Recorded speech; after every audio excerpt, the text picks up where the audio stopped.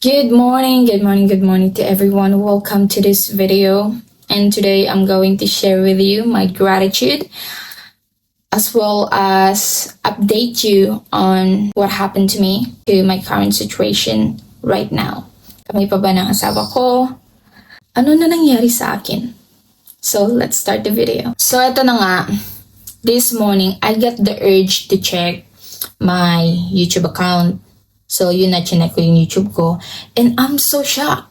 Nagulat talaga ako na from 1,200 and today when I checked it, nasa 1,580 followers na po tayo. And I would love to say thank you so much to my loyal subscriber here that despite of me not being consistent, you still stick around. Ito yung nag-inganyo sa akin to continue making a content and post it here on YouTube. Maraming salamat po talaga sa inyong lahat. Let's go to update you on what's the reason bakit nag-stop ako mag-post dito sa social media. Anong nangyari? So, one of the reason bakit ako nag-stop posting dito sa YouTube, kasi ito yung nangyari. Alam niyo, as a content creator, ang hirap gumawa ng content.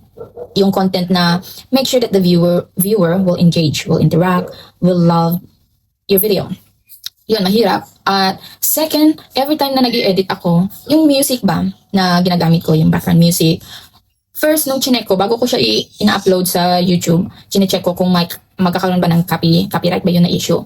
So, sabi wala. Pero nung pag pinost ko na, in a couple of days, makaka-receive na ako na sabing may copyright na issue. So, I do have a lot of videos from the previous years that I end up making it private. Kasi nga, yun, nagkaroon ako ng madaming copyright. I don't know if makaka-apekto ba yan sa pag-improve ng aking YouTube. Sana hindi. Because I don't really want to delete those videos because the reason why I'm creating videos, it's not only I want to share to everyone on what's going on with my life, but it's my journey. It's gonna be one of, magiging memories ko na siya. That's why I don't really want to delete it. Nangyari yan dati na dinelete ko yung mga previous video ko kasi nagkaroon nga ako ng copyright. I feel bad. Minsan ina-ask ko yung sarili ko, what's the reason? What's the purpose I'm making this video? And one of the reason is I want to create a memory. I want to leave this video to be my memories. Yun na.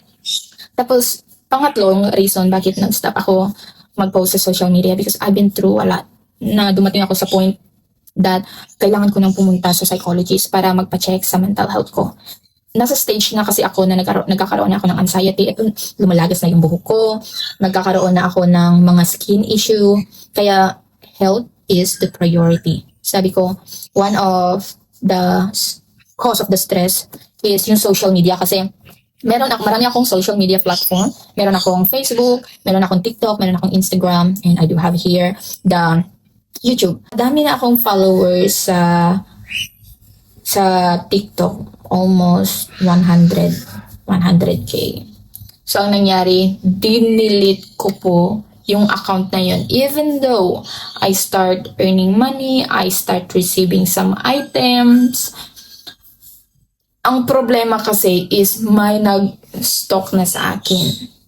Yun bang nagkaroon na siya ng obsession sa akin. Not only one, but a couple of them. Nagkaroon na sila ng obsession sa akin na gusto na nila akong makita in personal and okay lang naman makipagkita sa akin in personal but not to the extent na gusto na nila akong tumira sa kanila, yung mga ganun kasi sila kasi mga lalaki. So ganun yung nangyari.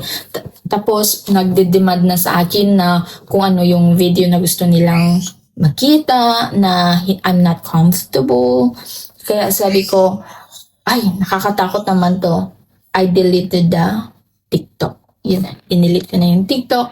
Tapos yung sa Facebook naman, dinelete ko yung old Facebook ko kasi marami I thought that I'm ready in this social media world. Alam niyo na, yung mga content creator world, akala ko ready na ako. Pero boom, ang daming mga negative na comment na bakit ganyan, bakit ganito. Yun, na-stress ako at sabi ng asawa ko, i-delete mo na lang yung Facebook mo. Mag-stop ka na mag-create ng video. Stop making video in social media kasi it's not healthy for you. Yun. Lagi ako nagagalit. So yun, dinilit ko yung Facebook ko. Which is I feel bad because ang daming video na I cannot recover anymore. Ang next na reason is nag-start na akong mag-aral. As engineering pathways, and I graduated recently. I'm so happy to all the people who supported me to my journey. And yeah, yun yung mga nangyari sa akin. And a couple of years din na sa sobrang stress or depressed ko, na apektuhan na yung relasyon ko sa asawa ko. Muntik na kaming maghiwalay. Ilang beses sinabihan ko, ready na ako, sabi ko uuwi na ako sa Pinas. Grabe yung away namin, continue, parang araw-araw na kami nag-aaway dahil nga sa epekto na rin na lagi akong stress, lagi akong galit.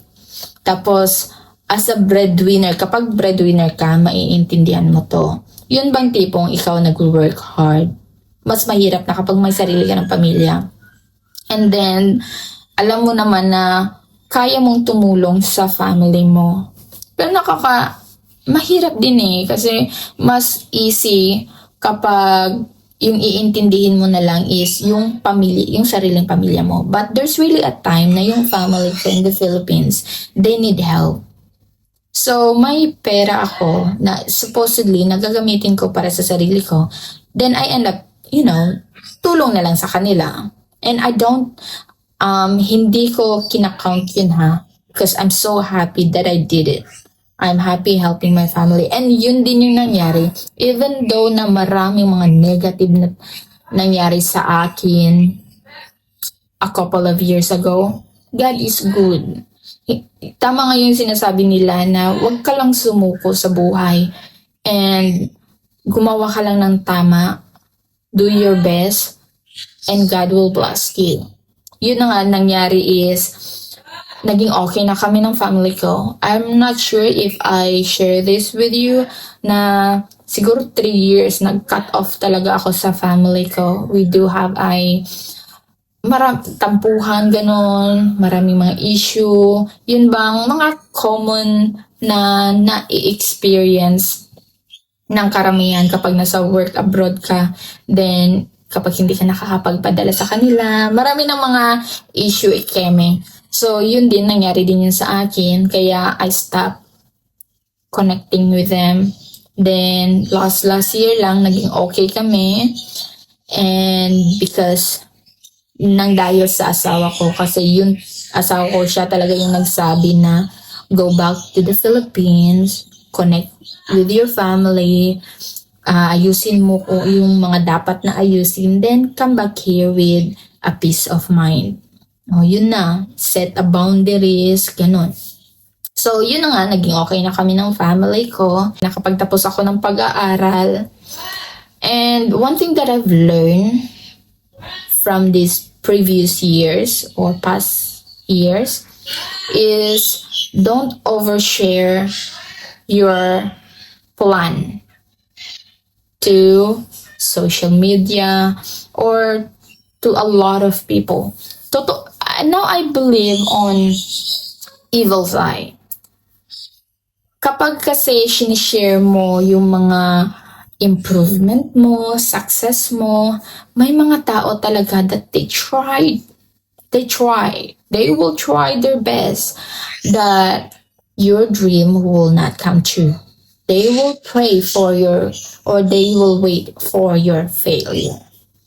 Some of them, they're just so pretentious that they showed you that they care, but the truth is they're envious. So yeah, that's one thing that I've learned na dapat hindi ko i-share lahat sa social media. Even though na kahit content creator ako, my followers should be updated on what's going on, but there should be a boundaries of an information that I can just share with you. And hope all of you will be able to understand it.